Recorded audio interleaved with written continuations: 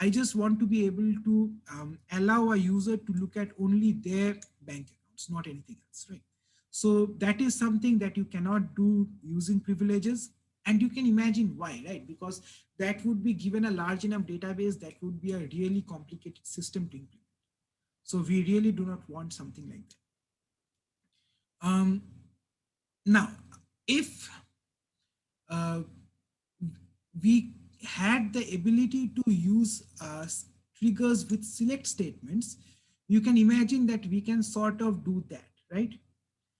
Can you guys imagine that, for example, let's say that some database allowed you a select trigger, and you say that select, let's say my account number is XYZ, right? So I say that select star from account where account number is XYZ.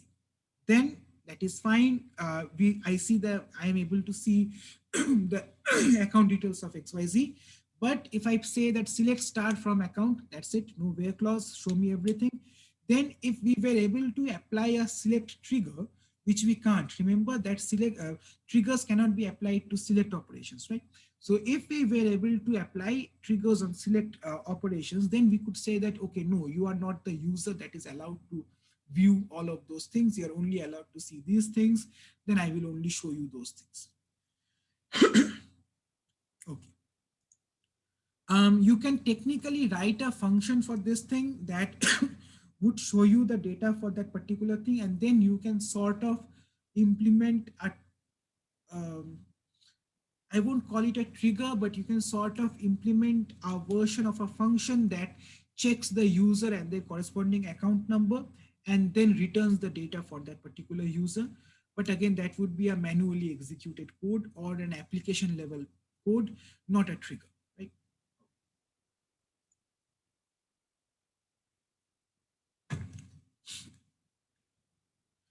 Um, so, um, so database authorization is uh, sort of different than your application level authorization, right?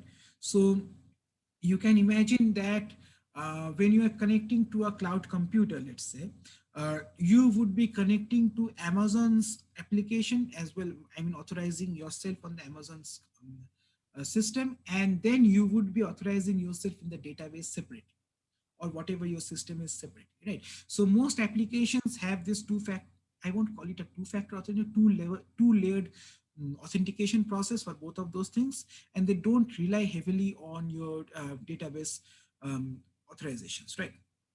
So applications are free to implement their own authorizations on top of it. Um, as I said, web applications are a primary example for this particular type of systems.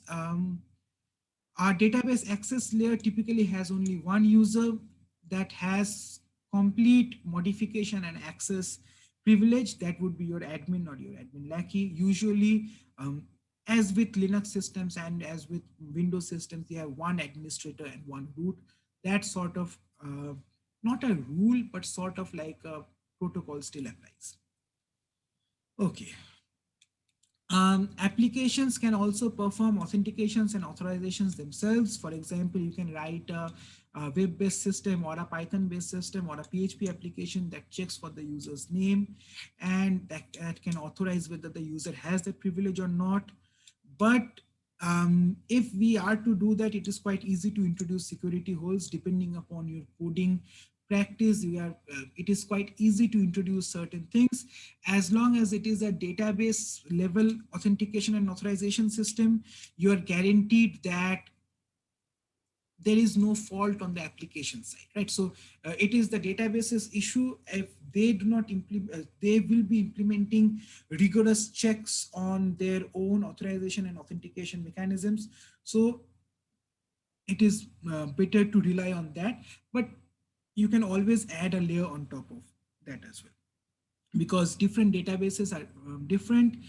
Different databases would provide you varying different amounts of security. MySQL would have less amount of security compared to Oracle, and both of those would have, MySQL and Oracle would have a lot more security compared to NoSQL databases, right?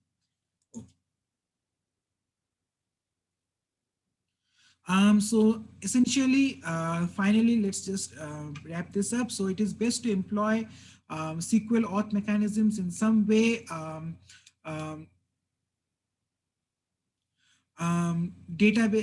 Databases simply will not allow you to make any changes to privileged data by some unauthorized changes or some unauthorized changes to the schema just from any user. Let's see. For large important database applications, we definitely want to explore using database authorization features on their own instead of having an application do it. So that makes it a database side system. Um, yeah, blah, blah.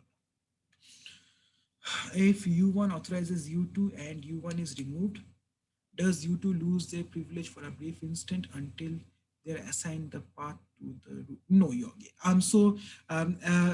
If we come back to this, very good question. So essentially, if U1 authorizes U2 and U1 is removed, U2 will still continue will continue to have those privileges because your database does not remember who granted you what. Your database just checks if you have that privilege or not. So there is no path or a branch between privileges connecting multiple users, right? It is just a list of privileges on your end that you would have. So for example, if a manager grants you the privilege of inserting on a particular table, if your manager changes his job, your manager's privileges will be revoked. But that also does not mean that your privileges will be revoked as well, right? At least even for a brief instant, your privileges would still be the same, right? Does that make sense? So essentially, your privileges are not hurt. U1's privileges might be gone, but that's that. Okay, any questions about triggers, about materialized views? Remember that we will have a homework on materialized views mainly for homework 4. It would basically ask you to write bunch of triggers. Yes, it would basically ask you to write a bunch of triggers in MySQL to create your own materialized view and perform view maintenance on that table. So anytime a change is made to that table, you would be writing triggers that would affect the summary table as well, right? This is something that is also related to your project as well. Apart from that, you would get some experience on triggers and materialized views. And essentially, any questions on authentication and authorization? Do you guys understand the difference between authentication and authorization? You can grant privileges to individual users. You can grant privileges to individual groups of users. That is up to you. You can also revoke them. And okay, so I guess that's that. I guess that's it for today's class. We will cut this class short a bit, I guess. We will start from next class. I really do not want to start indexes today because it takes up an entire class to understand this thing. So basically up to now, we were still talking about the practical aspects of database uses, right? So we wrote our own queries and we wrote functions and triggers and all of those things. The last major topic that we would talk about in terms of practical applications or practical uses of databases would be indexes. And we would basically use indexes to make our database much faster for database lookups. We will talk about database storage mechanisms, hashings, and tree type storage mechanisms and things like that. Um, but we will do those next class. After indexes, we will start talking about the theoretical aspects of database design. So how can we prove that a particular key would be a right candidate key?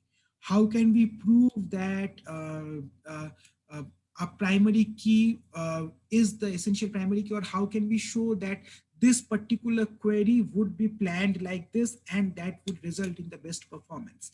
We will also delve quite deep into ER diagrams or entity relationship model diagrams. diagrams, right? So we will talk about designing a database by visualizing the diagrams. As you remember, I don't remember if MySQL has that thing, but I can definitely.